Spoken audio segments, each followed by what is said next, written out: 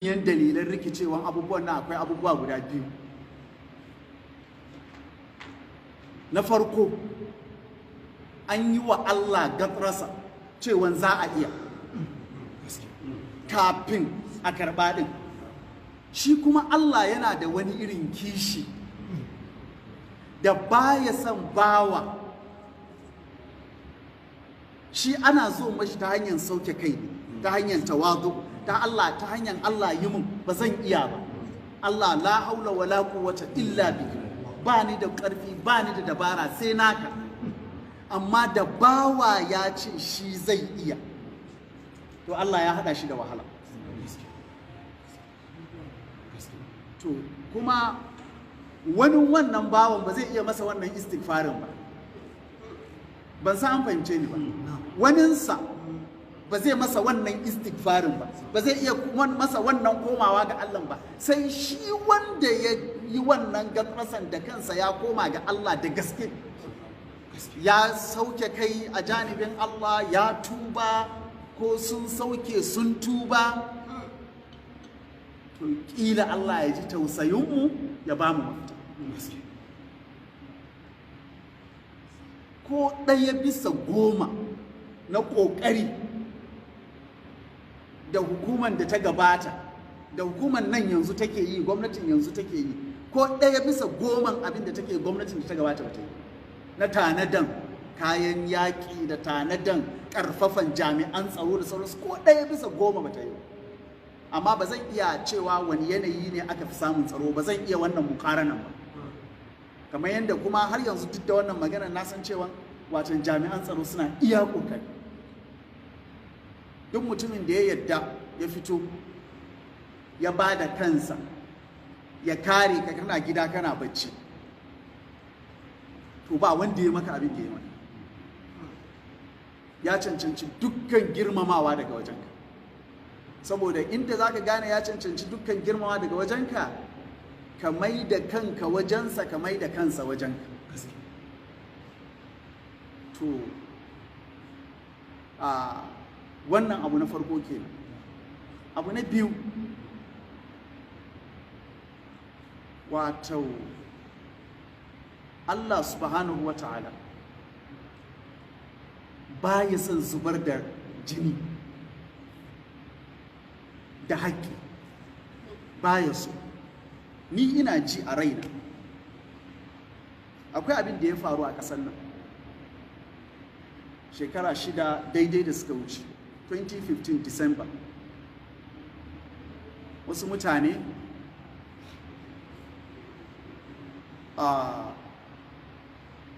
suka fito suka tsara hanyar wani jami'in tsaro, ba su da ko bindigan toka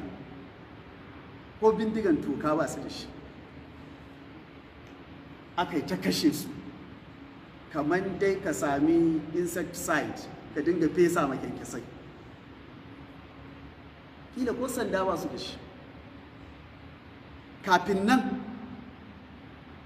wannan abin ya faru, kowa a ƙasar nan yana son barka da yanayin tsaron da aka samu a 'yan watannin da suke kafin wannan lokacin.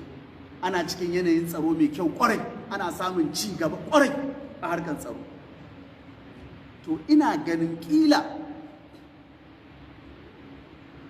halin da muka sani, sannan mutane da suka yi ta murna, talakawa suka yi ta murna suna jin daɗi. An ce har gawawwaki aka rika zuwa ana zara abu mai amfani a jikinsu, ana sace zobensu da agogonsu, ana jin daɗi, ana murna, aka yi ta murna, mutane da yawa suka yi ta murna.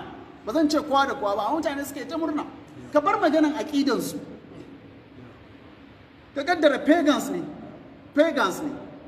marasu addini, ka kaddara masu bautan wuta ne aka yi wa wannan. Allah subhanahu wa ta'ala ya ce ne wala taqtulu nafsal lati harrama Allah, an-nafsal lati harrama Allah. Nan wajen itlaq, wacce Allah ya mutunta, ita rai Allah ya mutunta ta. To ni dai a rai, saboda yadda na fahimta daga maganganun malamai da kuma isharat ɗin bayan Allah, sai ina ganin cewa wannan zubar da jinin da aka yi a wannan lokacin na waɗannan mutanen ba gaira ba dalili, kuma mutanen ƙasa suka yi ta murna, tun a lokacin na ji cewa ƙila Allah subhanahu wa ta'ala ya hana mu zaman lafiya. Ina zaton wannan fahimta ta ce kamar yadda na ce, zan iya kuskure, kawai tasawur dina ne yadda nake kallon abin. Shi ma wannan waɗanda aka yi wa wannan abin ƙila da za a je a ba su haƙuri a biya magadansu diyansu ai kaza, ƙila da Allah ya tausaya mana. Wani babba da ba zan iya faɗi ba, babba cikin bayan Allah, a lokacin da wannan abu ya faru ya kira wani cikin gwamnoni na ƙasar nan, sun yi fiye da awa ɗaya ko awa biyu suna magana, yana ƙoƙarin ya nuna masa kuskuren wannan matakin, shi kuma yana ƙoƙarin ya nuna ai wannan shi ne daidai abin da suke so.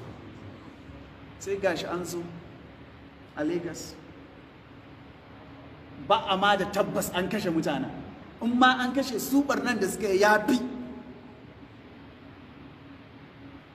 wanda aka yi musu ko NSAS. Aka ƙone gari, aka kashe jami'an tsaro, aka yi robin ɗin police stations, aka ɓalle menene wuraren masu laifi, aka yi a prisons. Amma duk da haka sai ga duniya ta taru cewa har yanzu sai an ba waɗannan mutanen laifi kuma a lallashi, an ba su haƙuri, kuma har yanzu gashi nan lallashin su ake yi, wanda duk suka yi wannan abin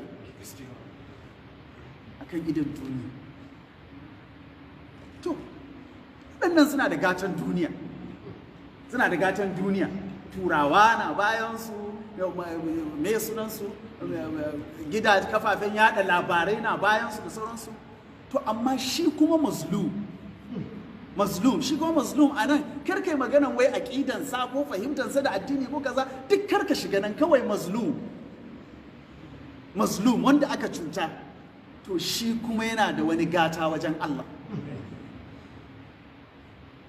Yana da wani gata wajen Allah, shi kuma gatan Allah, shi Allah ya san ta yadda yake kawo shi. Saboda haka gaskiya ina ganin cewa waɗannan abubuwa biyu a ganina suna da gudunmuwa mai ƙarfi ƙwarai a cikin halin da al'umma ta sami kanta. Amma talakawa da gudunmuwanmu mai yawa cikin dukkan abubuwan da ke faru. Ya zama wajibi a kanmu mu tashi mu yi wajibi, kowa ya tashi ya yi wajibinsa. Yanzu inda za mu ce a cikin masallacin nan mu da muke zaune, mutum nawa ne suka taɓa tashi cikin dare suna sallah, suna kiyamun laili, suna wa Allah kuka su kaɗai a ɗaki kan Allah subhanahu wa ta'ala ya kawo zaman lafiya a ƙasar nan.